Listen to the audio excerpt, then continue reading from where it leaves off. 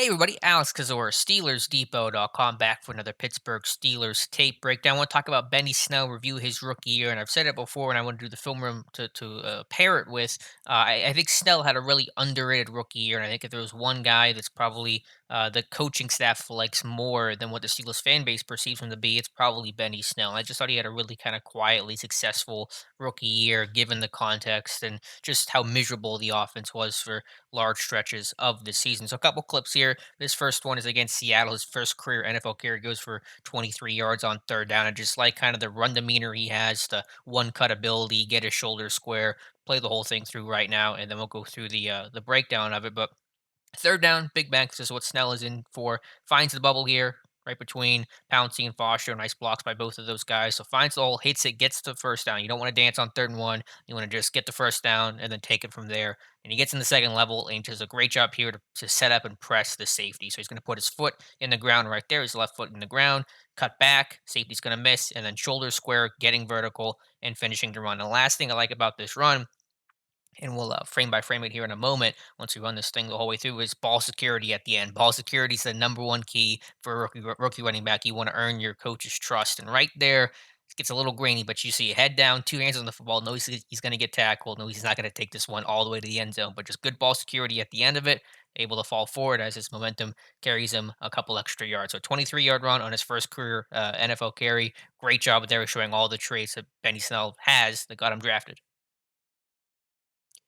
Fast forward to week 12 against the Bengals. Snell went off for 98 yards in this game. And there's context here to remember. This is his first game back coming off the meniscus surgery, the knee surgery he had to cause him to miss a couple weeks. So, first game back, rookie with the surgery. Is he going to be able to produce? Is he going to have conditioning, preparedness? And he showed it there. This is to close out the win over the Bengals. Bounces one to the outside again. Third and one. Got to have it kind of play, close it out, the type of game that Snell lives for. They got him drafted. He was kind of the guy, Kentucky, the closer in those situations, able to bounce this run, finish it, and goes for 20 yards again. We'll go ahead and break this one down. Again, they're packing the box. Obviously, the Bengals are. Nothing available up the middle, so he's going to bounce it, get one on one here with the cornerback and be able to have some speed there, some explosiveness to win the edge. Be able to break that obviously pretty poor arm tackle attempt by the cornerback. And again, I like ball security. Switching the ball to his left hand, so you want to have that right hand free. Because if you have it in your right hand and they're attacking you on the right side of your body, then you're going to have a chance to not be able to use a stiff arm, to be able to use that right hand and keep it free to break a tackle or shield yourself. And then of course you're going to have a higher risk of fumbling as well. So Snell keeping that right arm free, cuts it back, finishes good ball security at the end as well. So just showing a little bit more explosive to the corner, and then good ball security, good IQ, and just converting, making a big play in a big moment to help close out this victory. Nice job there for Benny Snell. Obviously, one of the biggest reasons why this team drafted Snow was for that power mold, the 220 plus pound back that could kind of grind out, wear down a defense in similar shades to Le'Veon Bell, James Conner, Jalen Samuels, all kind of bigger type of running backs, different styles individually, of course, but overall a very similar type profile. And you see that probably best on display in week 13 against the Browns as a 14-yard run. And this is just very grind it out, keep your legs turning, leverage, stay low, never give up on the play. And you just see how many guys it takes to bring him down and how many Cleveland Brown defenders it takes. And this is just kind of the one that helps set the tone and create some momentum and energy on your side. And that's what Snow brings. I mean, you just see the sea of bodies here, the sea of Browns players that it takes to try to bring this guy down. I mean, he's hit on first contact after like 6, 7 yards, keeps the leg churning, stays low. I mean, right here, able to stay low, bounce off the tackle, finds the other side of it, and then takes on Ward there, the corner. Still on his feet. Good ball security, too. Two hands on the football, driving, and you just see one, two, three, four, five, and then a couple other guys who missed them initially. Basically, eight guys that it took to take Benny Snell down. So that is a tough, hard nosed run for Snell, and that's kind of power that he's able to bring to this offense. Coming out of Kentucky, Snell didn't have a whole lot of receptions, but if you watch him at his pro day, his hands were good. And that's something that running back coach Eddie Faulkner said, that his hands were underrated and kind of underutilized because he was just the primary runner in Kentucky. Only caught, I think, three balls as a rookie for the Steelers, but he kind of showed those hands again. It's a good display here going back to week 12 against the Bengals. Some pressure here, a poor throw from Mason Rudolph and Snell. If he doesn't catch his pass, it probably becomes an interception for Cincinnati. So nice job there to leap, adjust, grab the ball. Not a great play for the offense overall, but a nice job there for Snell to show those hands, leaping, the high point it, and I know he's going to get hit as well, and to kind of bail out his quarterback there for a bad play here from Mason Rudolph. You see it right there. If this one sails, he can't catch it. You got a couple defenders in the air. He's probably going to make this play, especially the guy right here. That's Nick Vigil, the linebacker. And so, a nice job there from Benny Snell. So, you haven't gotten a lot of examples of it, but watching him at his pro day, at training camp last year, whenever I was in attendance, and then the limited action we saw as a rookie on Sundays, his hands are actually underrated, and he does a nice job in the passing game. Of course, to be a complete running back in the NFL, you better be able to run, catch, and pass block. And that's such a big hurdle for a lot of rookie running backs. They struggle with James Conner did his rookie year. Jalen Samuels barely did it in college, and he struggled and still struggles because of that. And Snell's a little different because he did a lot of pass pro. Because again, he was the guy. He was the every down type back at Kentucky, and he's got a frame that certainly supports it as well. So again, here week 12 against the Bengals, showing this double A gap, this mug look here with Sean Williams at safety, Nick Vigil the linebacker. You're gonna have to put your face in the fan here because you don't know who's coming. Both of them may come. One of them may come. You have to kind of just get your butt in the A gap and try to pick somebody up. And still does that here, picking up Nick Vigil, square to the block. Takes it on. I think pass pro for running backs where it starts is just a 1-2. You got to want to do that kind of dirty work. It's not attractive. It doesn't get you paid a whole lot of money. Doesn't look good on a highlight reel, but you better be able to do it to protect your quarterback. And nice job here by Snell to kind of just get eat up grass, get in the A gap, have a good anchor, and be able to just take on a linebacker running full speed in the A gap. It allows his quarterback to make a play. This one, I believe, should have been, I think, almost caught by is that Tevin Jones. I think Tevin Jones there. I think a bit of a poor throw by Rudolph. You see a running theme in this video here. Probably should have been a touchdown, but the running back allowed his quarterback time to make that throw. What ultimately should have been six. One last look at the play, and we'll move on to the next clip of Snell and Pass Pro.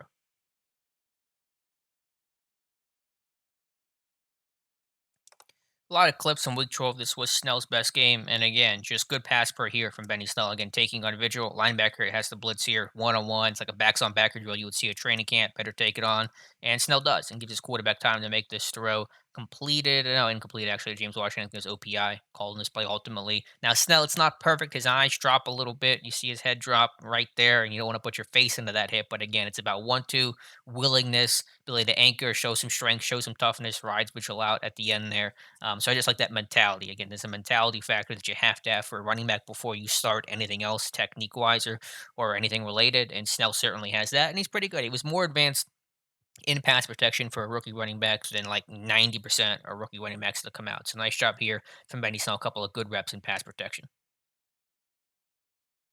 Now, here's an aspect for Snell's rookie year that was totally new, totally foreign to him, as it is for most star running backs at their college special teams. This is a guy that was a big man on campus at Kentucky, was setting SEC records, setting school records. Now you get to the NFL, you're a backup, and now you're running on kicks and punts, and that's something new for these guys to deal with. And you kind of see who really loves football, who really wants to take pride in their role, whatever it is, big, small, star, backup, special teamer, doesn't matter. And Snell shows that, and I kind of love the enthusiasm, the intensity he played with it, and that allowed him to kind of get more opportunities elsewhere. So Snell running down this kick against Seattle week 2, misses the tackle initially, but like the effort. Probably want to see him hustle, get back on his feet a little bit quicker, but once he does, he's able to close and make the tackle and show some energy behind it. So look at the top down, the aerial view, but I just love that mentality. Snell, wasn't a great special teamer, but certainly showed a lot of energy and attitude and just put his heart into it. And so that's nice to see. So Snell running back here, going a little bit low, but makes a tackle ultimately. And you see him get fired up at the end of this play. So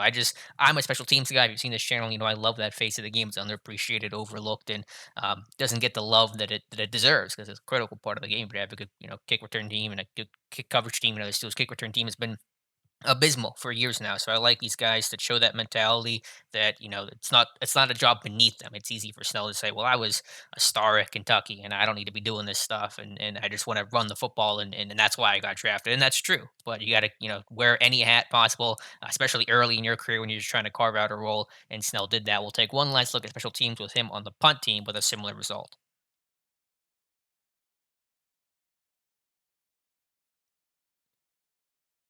Week 3 against the 49ers, still very early in Snell's rookie year, and it's a safe bet he was not the right wing on punts at any time in Kentucky. I don't know that as a verified fact, but I think that is very safe to assume considering he was the starter and the guy basically right away his freshman year for the Wildcats. Couple missed tackles here, unfortunately, but it creates all the opportunity. He has a little bit of difficulty getting off the line, getting clean here, but nice job there to finish it, keep his angle, maintain his gap, and a nice job to cut down Richie James, another, I think, fellow rookie for just an 8-yard gain. And then again, showing some enthusiasm after the play. I'll look at that from the top down view, but there's Snell right there. A little trouble getting off the line, but then just able to finish the play. And again, taking pride in special teams, doing that dirty work. I have to love and appreciate that.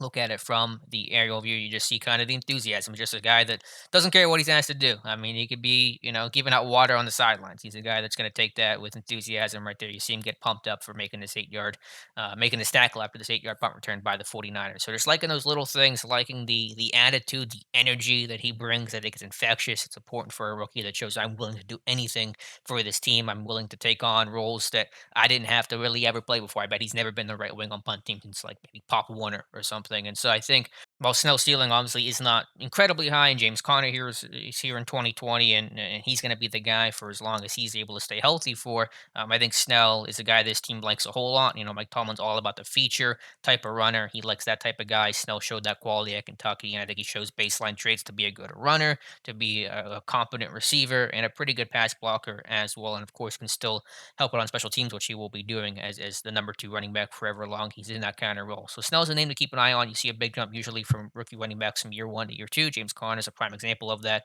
and really excited to see Benny Snell in his sophomore season. So let me know what you guys think of the video. Let me know your thoughts in the comments below. Thank you guys so much for watching, and we'll talk to you soon.